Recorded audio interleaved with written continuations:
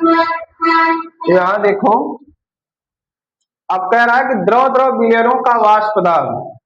अब एक हमारे पास मान लीजिए ये एक बर्तन है, क्या है, एक बर्तन है, ठीक ना। और इस बर्तन में क्या है, कोई विलयन भरा गया है यहाँ तक, ये इसका स्वतंत्र है, यहाँ तक कोई विलयन भर दिया गया है।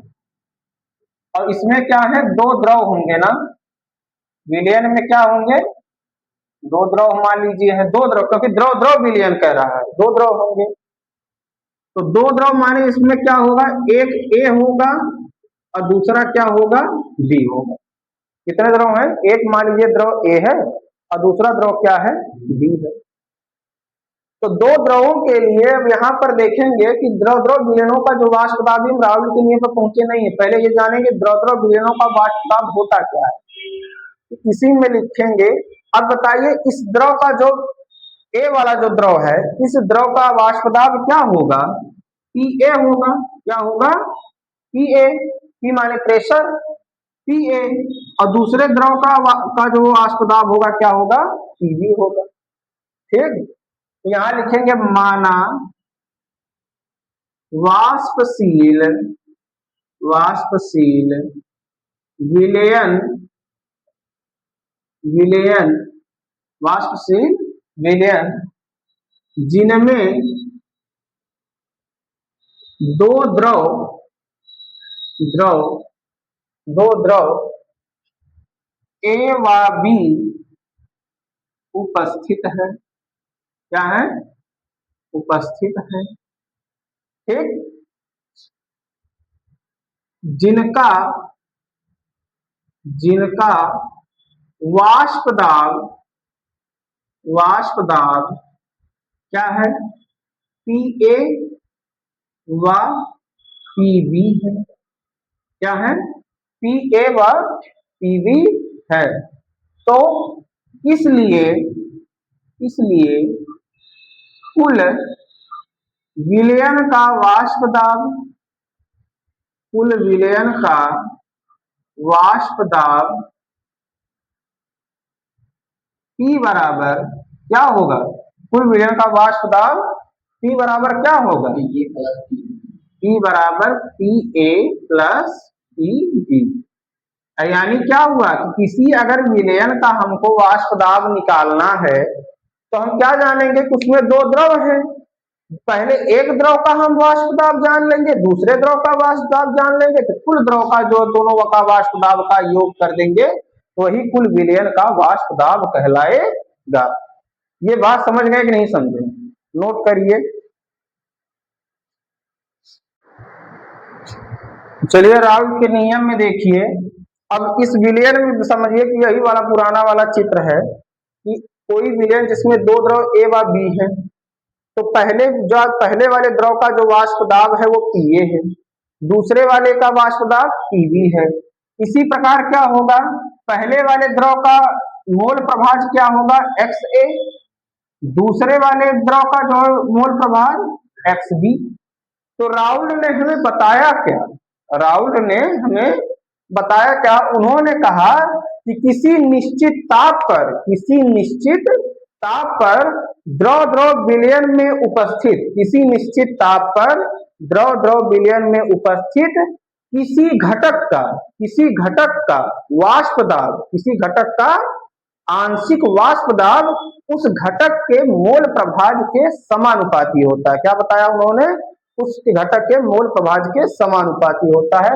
इसी बात को लिखेंगे कि किसी निश्चित ताप पर, किसी निश्चित ताप पर, किसी निश्चित ताप पर किसी द्रव द्रव विलयन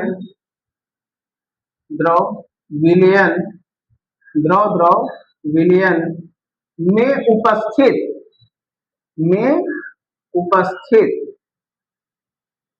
किसी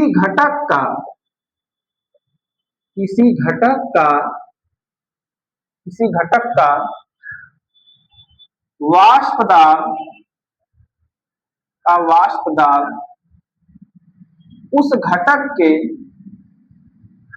घटक के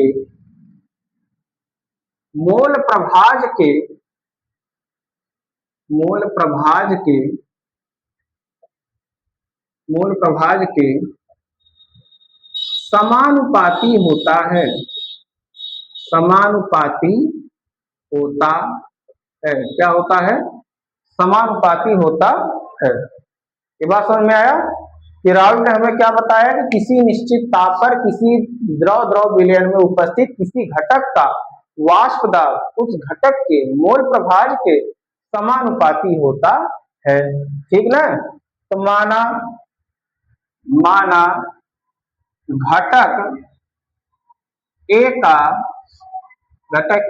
वाष्प दाब क्या है? PA है, तथा घटक ए का मोल प्रभाज क्या है? XA है, यानी चाई A। इसी प्रकार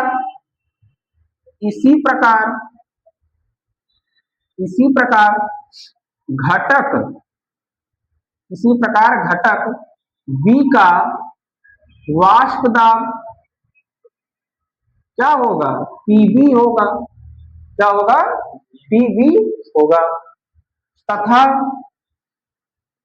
घटक B का मोल प्रभाज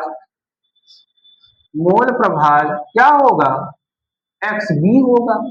क्या होगा? XB होगा, है ना? तो लिखेंगे यहां, तो राउल्ट के नियम से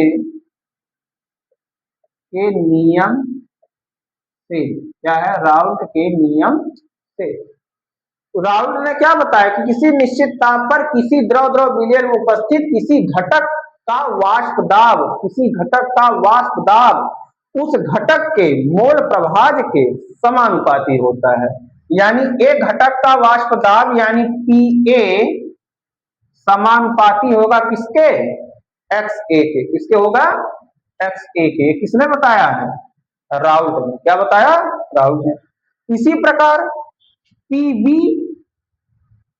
समानुपाती हो जाए किसके? XB का।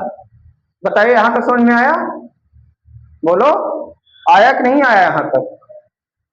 कि घटक A का वाष्प दाब उस घटक के मोल प्रभाज के समानुपाती होता है। यही तो राहुल ने बताया कि किसी निश्चित ताप पर किसी घटक का वाष्प दाब उस घटक के मोल प्रभाज के समानुपाती होता है। इसी में भी उसी घटक के मोल प्रभाज के समानुपाती होता है। इतनी बात क्लियर हुई?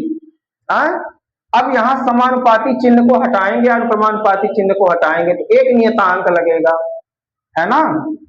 यानी PA बराबर P0 A। क्या होगा? P0 A। इसको क्या पढ़ते हैं? P0 A into XA। ठीक है? P0 A into XA। और यहां इसका क्या हो जाएगा? PB बराबर P0 B into XB। P0 B into XB। समझ गए? यहां तक कोई दिक्कत? अब यहां एक लाइन लिख लो जहां इस ब्रैकेट में P0 A बराबर घटक A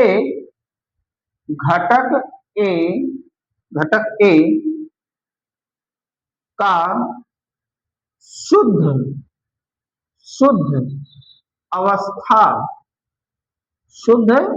अवस्था में वाष्प दाब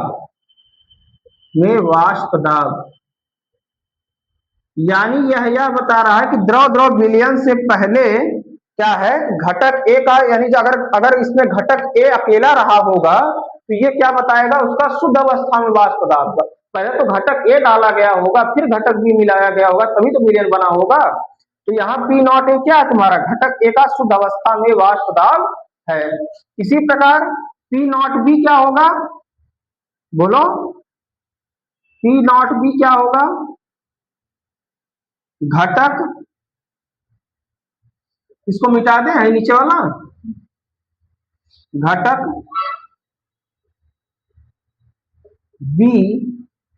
B का शुद्ध अवस्था में वाष्प दाब। क्या है? शुद्ध अवस्था में वाष्प दाब। इतनी बात समझ में आई कि नहीं आई? बोलो, आई ना? और तो द्रव द्रव विलयन से इसका अगर हमको कुल वाष्प दाब निकालना हो, घटक हमने तो घटक ए का वाष्प दाब निकाल दिया राउल्ट के नियम से, घटक बी का वाष्प दाब निकाला। अभी इसी के जस्ट ऊपर आपने पढ़ा था कि कुल विलयन का वाष्प दाब, यानी पढ़े थे कि P बराबर क्या होता है? P A plus P B. क्या पढ़े थे? P A plus P B. अब यहां देखो तो P बराबर पी ए की वैल्यू क्या है? यहां देखो, इसको भी हम ब्रैकेट में कर लेते हैं, इसको भी ब्रैकेट में कर लेते हैं। पी ए की वैल्यू क्या है? P naught A into X A. इसको इसी जगह पे रख दो तो क्या हो जाएगा? P naught A into X A plus PB की value P naught B into X B. समझ में आया? और यही हमारा फाइनल राउंड का नियम आ जाता है। यही हमारा फार्मूला है। क्या है? यही हमारा फार्मूला है। बोलिए, समझ में आया कि नहीं आया? आज समझ में